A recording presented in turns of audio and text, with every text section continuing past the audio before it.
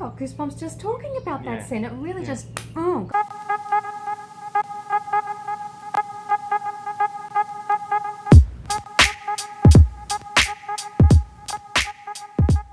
Hi guys, welcome back to the channel. We have had a lot, and I mean a lot of requests to do a review video on the new film on Netflix called Okja. Here's a synopsis. For 10 idyllic years, young Midja has been caretaker and constant companion to Okja, a massive animal and an even bigger friend, at her home in the mountains of South Korea. But that changes when family-owned, multinational conglomerate Monsanto Corporation takes Okja for themselves and transports her to New York, where an image-obsessed and self-promoting CEO has big plans for Midja's dearest friend. With no particular plan but single-minded in intent, Midja sets out on a rescue mission. And it is a rescue mission indeed. It is quite the adventure story. It is, a bit of Jason Bourne in there at times, isn't there? Sure, it's amazing. First up, it's a beautiful example of the potential of a relationship between a human animal and a non-human animal, isn't it? It is, and I think a lot of people can relate to this relationship in the film because to the young girl Midja, and sorry if we mispronounce any of the names in this video, to the young girl, her pet or companion animal is Okja, a pig. Now, of course, you could replace the pig, the giant pig, for a dog or a cat. So I think people can understand that relationship when they look at their companion animal at home, which generally isn't a pig. However, it was interesting. The speciesism was evident in Yes. that she was pulling fish out of the river to eat, and she was also eating chicken broth or stew with her grandfather. So it showed how arbitrary we are when it comes to which species we favour and which, we see as food or what have you. And again, because her relationship with the giant pig was so strong, that bond was incredible, but she still didn't recognise the other animals she was eating as equal to her pig friend. Just like in the West, we generally don't see the animals that we're eating as equal to our cats and dogs that we share our lives with. Exactly. And the bond between Midja and Okja very much reminded us of a video we've seen recently on Facebook where there was a prank where a guy was offering people up to $1 million to part with their dog, and everybody rejected it because They wouldn't do it. They wouldn't do it. Their dog just wasn't for sale. It was their friend, their family member. They loved that animal. Yeah. So one of the main themes of the film was an anti-corporate theme. More And so even than a pro-vegan thing. that's right, and it did a wonderful job at really exposing the disgusting and malicious and cold and cruel nature behind the corporation of animal agriculture. Yeah, it also reminded us of the documentary film The Corporation, which you can Yes. watch here on YouTube, where they actually go through a checklist of what constitutes a mental disorder in terms of being a psychopath. And they show that a corporation actually fulfills the criteria to be clinically diagnosed as psychotic. Yeah, and that certainly came through in this film. Didn't it? Yeah, now they were using the name, Monsanto. which was kind of like a cover for Monsanto. That's right. If you don't know who Monsanto is, they're a global transnational company. They actually manufactured Agent Orange in the Vietnam War, which was a defoliant that's carcinogenic. And now they meddle with genetically modifying our food with somewhat of a slogan, we feed the world type thing. Yeah, so they're using kind of that in the film as the evil company. Because they're probably the worst example of a corporation on the face of the planet today. And you can learn more about them in a film called The World According to Monsanto, right here on YouTube. Yeah, we'll link everything that we're talking about down below in the description box. So in the film, they're basically saying that these giant pigs are not genetically modified. No. They're natural. They're eco-friendly. They're eco-friendly. Yeah. What does that even All of mean this in this marketing. film? There was so much marketing It's in there. happy meat. That's what they're selling. That's what they're promoting. But it's all a lie. Yeah, they're trying to get consumers to feel good about their bad habits. Yeah, which is extremely well reflective of the real life situation of what animal agriculture does. Yes. The film is anti-factory farming, and most people who are aware of factory farming are against factory farming. And yet, 98 or 99% of the meat, dairy and eggs that we eat in the West come out of these factory farms. Yeah. So if we actually all really were to take action on our beliefs that factory farms are wrong, then we really wouldn't be eating 98 or 99% of the meat, dairy and eggs that we do. Yes, but here's the thing.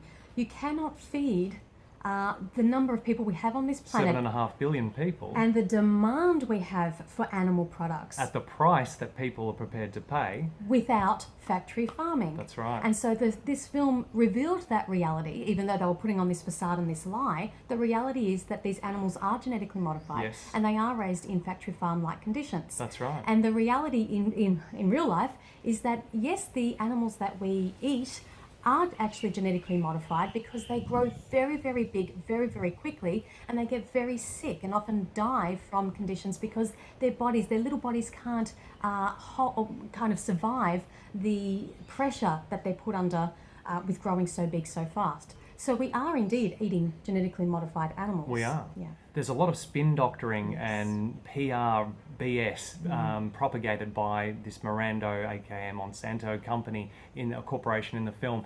They go into damage control at one point, and so they look to paint the Animal Liberation Front, the ALF, as psychopaths and crazy and narcissists, which is one giant projection. Given that when you watch this documentary film, The Corporation, you will see that corporations are actually psychopathic, crazy, and narcissistic. And we can actually see this playing out in real life because in the US, for example, groups like the Animal Liberation Front and the Earth Liberation Front are classified as a domestic terrorist threat. And the reason is because they threaten the economy by disrupting the corporation's business. In fact, years ago, the FBI called radical environmental activists the #1 domestic terror threat. The corporation, Monsanto, actually had an agreement, like a private agreement with the NYPD and a Black Ops Special Force group that they would call in, like in situations with the ALF that was depicted in the film. And this was an example of how the financial, legal, military, industrial, medical, pharmaceutical, media complex all supports one another to uphold the status quo. Yes. And it's interesting how ALF is often portrayed as violent and terrorists, and yet it was the law enforcement that came in this film that obviously showed the most amount of violence. Yes. And ALF was actually portrayed in a very positive light, although they had their, balaclavas or whatnot. They said, we're not here to harm anyone, human or non-human animals. We're just here to free the animals and fight for justice. Exactly. So they were portrayed in a fairly good light most of the time. Other than the sort of satirical scene where one of them was depicted as not wanting to eat anything. Because everything does harm and I don't want to harm anything on the planet. So, there was a bit of that. That was a shame and, very much exaggerated stereotype. Yeah. But other than that... It was good. Yeah. And just continuing with the theme of the ALF for a moment, if you're interested in watching another film about the ALF, we recommend the film Bold Native, and you can watch it right here on YouTube on Vegan Revolution's channel.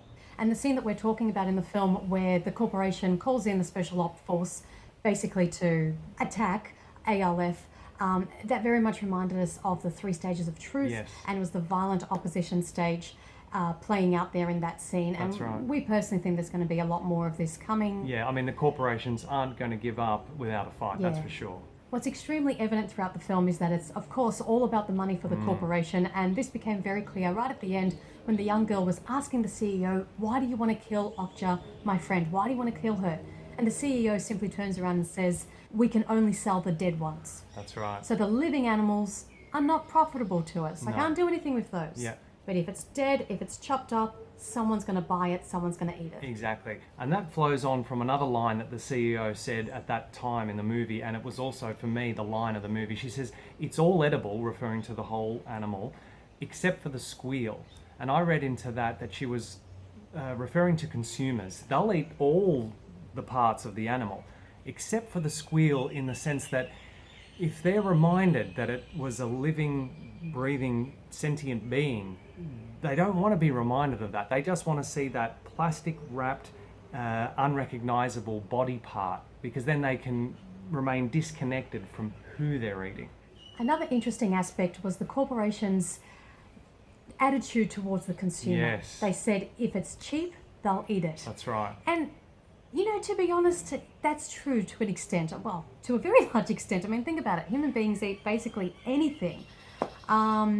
as long as it's cheap, as long as it tastes good. And that was the other point. Wasn't it ever? They drummed that home so tasty? many times. Yeah. It tastes great. It's delicious. Yes. It needs to taste effing great, really. Actually, she said That's at right. one point at the beginning. Yeah. So they did highlight that a lot of the truths of the relationship that humans have with food. Yep. If it's tasty and cheap, I'm going to eat it. Yeah. Irrespective of the consequences for the animal's life, my health, or the health of the environment. Which, of course, also works against the corporation because it does put the power back into consumers' hands. Yeah. We don't want to support factory farming, then stop supporting it. And at the end, when Midja exchanges a gold pig for the life of Okja with the CEO just sees it as a business transaction because she's all about business and the corporations are just all about business. And again, it puts the power back in the consumer's hand because the CEO took Midja up on the offer because she saw that the gold pig was actually worth more to her financially than being able to sell the body parts from just one pig. Yeah. So if we stop buying it, they'll stop producing it because they're simply responding to consumer demand in order to make money. That's all they care about. They'll change the product line if we change our demand, exactly. Yeah. They don't care what they're selling That's us. my point. Yeah, They don't care. No. If it's going to be meat from a pig or meat from a plant, they're happy. Just sell it. Yeah. Just show me the money. That's all that's the corporation's line, motto, tagline. everything. Show me the money. The interesting part was when they were kind of doing a little parade down the main street, and they had the floating pig balloon, and they were throwing out jerky samples, and all the kids were picking up the jerky. And it made me think, the corporations are forcing this in our face. And of course, how many times have you heard, vegans don't shove your beliefs down my throat? Well, the corporations are literally shoving animal products down our throats, as she chokes on her throat, So it was very interesting dynamic, that brainwashing, the facade, and then what really happens behind the scenes. It really did show the corporations to be indiscriminately exploitative of everybody involved, didn't it? So when they went into damage control at one point, they brought in Midja and exploited her to uphold the image of the corporation. Anyway, got to watch it to see the full details. And she's just a child, of course, so they're prepared to put her, on the stage, literally, as the face of slaughter, even though it goes exactly against everything in her being, that's what the film is about. That's right. So the way they exploited her reminded us very much of a scene from Carnage, another film that we reviewed recently here on the channel, where during the BSE mad cow disease outbreak in Britain, in order to appease the public and, lull them into a sense of security that, beef was still safe to eat, one of the politicians, fed a burger to his 4-year-old daughter. Talk about, again, politicians, corporations who are in bed with one another most of the time, exploiting people, animals, and the planet indiscriminately across the board. And of course, if they can do it to a child who's the most innocent, because if you give it to a kid, and if a kid approves it, then it must be all okay. Yeah, they know no boundaries as to how low they will go, these corporations. Now, there were many quite emotional and powerful scenes throughout this movie. The rape scene was disgusting, like gut-wrenchingly disgusting. It was awful, and the ending was very powerful as well. Yes. But there was one scene in particular that really got us in the feels. Yeah, yeah, right in the feels. It was the scene where Okja and Midja are running through the department store, and they come to an abrupt stop. They're stopped in their tracks, and the law enforcement is coming in, and the victims are on this side, the law enforcement's on that side, and then ALF come right in the middle. And it's such a powerful scene because the law enforcement starts kind of firing darts or whatever they were, trying to tranquilize us, at Okja, and ALF open umbrellas. And it's such a simple, peaceful, non-violent, stop.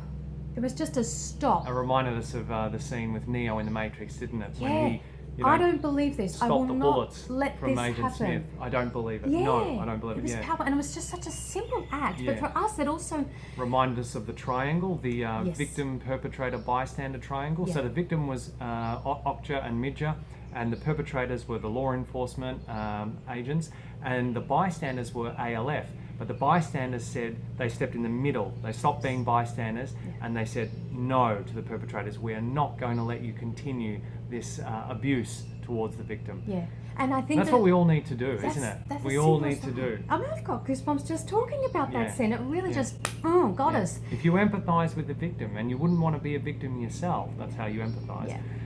you will stand up to perpetrators of violence. And because it was such a simple action of stepping in between, intervening and opening the umbrella, it's like that was the most simple action. And what for me, I guess, symbolized is that if we as consumers Yeah. have that power every single day, every time we put something in our mouth, all we have to do is step in between the victim and the corporations and say stop and choose something else. It's as simple as opening an umbrella. Yeah, yeah, You yeah. don't have to move, planets to No. make a change. You just have to choose differently. The equivalent So action of simple. opening the umbrella is just to stop buying it. Yeah, exactly. Now, although this film was supposed to be satire, it kind of didn't work for us. We loved the message and we thought there was, obviously, as we've discussed, a lot of very good points, but there were some things that just didn't work. And for example, when we reviewed Carnage, that was a mockumentary that was using satire, that was using comedy, and it worked. One of the really strange things was this character, Dr. Johnny Wilcox, who was supposed to be like the vet and the animal lover. That was really good. And he kept saying, I'm an animal lover, Yeah. as he was hurting the animals. Pointing out people's hypocrisy. Yes, Yeah. definitely. But it was a weird character. For us, it reminded us of a mix of Steve Irwin with... Temple Grandin. Yeah. And he kind of looked like Inspector Gadget with Play-Doh Gumby-like legs. He was just kind of all over the place. I don't understand why Yeah. they made him look so ridiculous. And I think for us, that kind of took away the punch, the importance, the seriousness of the issue. And I know that it was made for a non-vegan audience, so they're trying to keep it light and have a funny side to it to draw them in. Exactly, and, and in many work. respects that might make it more palatable. Yeah. Having the satire there than versus what we personally as vegans would have liked to have seen. Towards the end of the film, they show the inside workings of a slaughterhouse, and if you were a non-vegan and you'd never seen the inside of a slaughterhouse, I think it would be a very eye-opening and powerful experience as a viewer, because it was very realistically depicted. So throughout the film, the corporation is continuously portraying these animals as objects, as things, as property. And one of the closing scenes of the film actually turns that image on its head. It does the exact opposite, and you see the sensitive, intelligent, very aware nature of these animals. Yeah, they're completely aware about what their fate is going to be. They're scared, they know what's coming, they know they're going to be killed, they can smell the death in the air, and one of the families gives up their little baby in the hope that it will be freed from slaughter, and then, they collectively sort of mourn the loss of the little baby. And this just shatters the corporation's portrayal of them as dumb pieces of meat. Now here's the thing that kind of just bursts our bubble about this film. We were doing some research preparing for this video, and the more we looked into it, the people behind the film, including the director and the co-screenwriter, they're saying that it's not a vegan film. They're not wanting people to necessarily go vegan or even vegetarian, and they don't necessarily have a problem with people eating meat. For example, the director is quoted as saying, "Eating animals, I don't necessarily see it as bad. But in terms of the way we consume animals today, as far as the mass production, I wonder if that is correct." And even Tilda Swinton, lead actress there, she said, if people were to go vegetarian, I'd kind of feel bad for the meat industry. what? Doesn't that go, Against against what the the anti-corporate film is message there, showing. because, the meat industry is corporate? Yeah. Now, interestingly enough, the director, is not vegan when he came up with the film idea, which kind of makes me think, why? Like, what was the motivation for making this film? I think it was more about corporations rather than animal rights.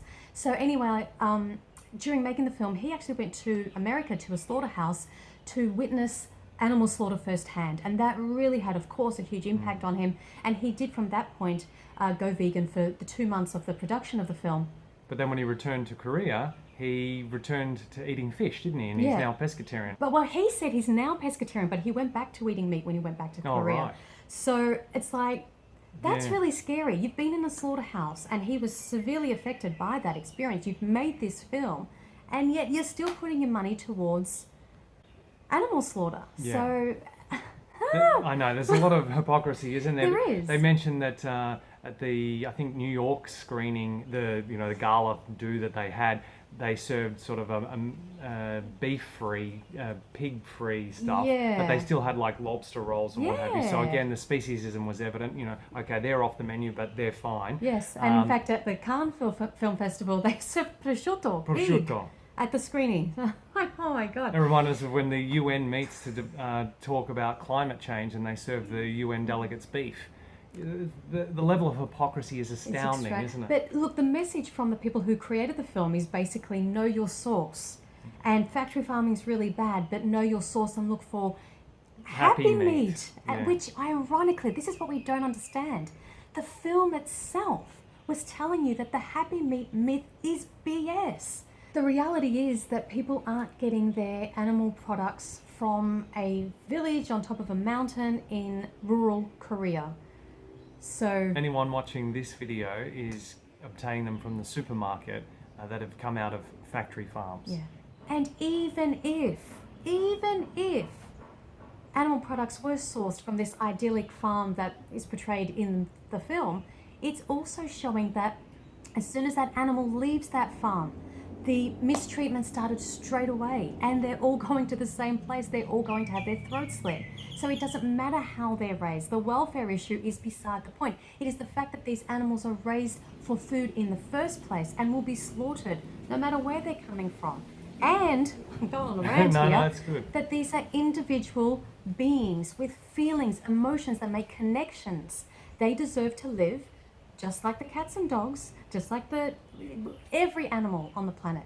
Now, don't get us wrong, the film is fantastic. It did a really good job, and it's great that there's some big names on board like Brad Pitt, who's the executive producer, and it's going to reach a mainstream audience. Just hope that people don't do a Google search and read about what the producers and directors and screenwriters actually thinking behind what they produced. It doesn't make sense to me. If convincing people that factory farms were wrong were the answer, then we'd already have animal liberation. Because for at least 10 years or so, there's been a very strong anti-factory farming message that most people have embraced, to the point where you'd be very hard-pressed to find anyone who would put their hand up in good faith and say, yes, I support factory farming practices. And yet, the majority of people continue to eat meat, dairy and eggs, the majority of which come out of factory farms. Having said that, it is wonderful that this film is putting this discussion on the table. Yes. Literally.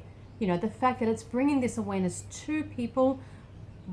Who am I eating? It starts the conversation, and that's where it all starts from. That's right. What do you guys think? Let us know in the comments below. It's time to blow this discussion open. It's a good one. Yeah. That's the end of our review, guys. A very long review. Thank you so much. If you've made it to the end, well done. Thumbs up to you. Speaking of thumbs up, like, Yes. share, and subscribe to the channel if you haven't already. Make sure you ding that bell and check the box to receive notifications every time we upload a new video. And remember, until next time, that going vegan, it's not the most we can do.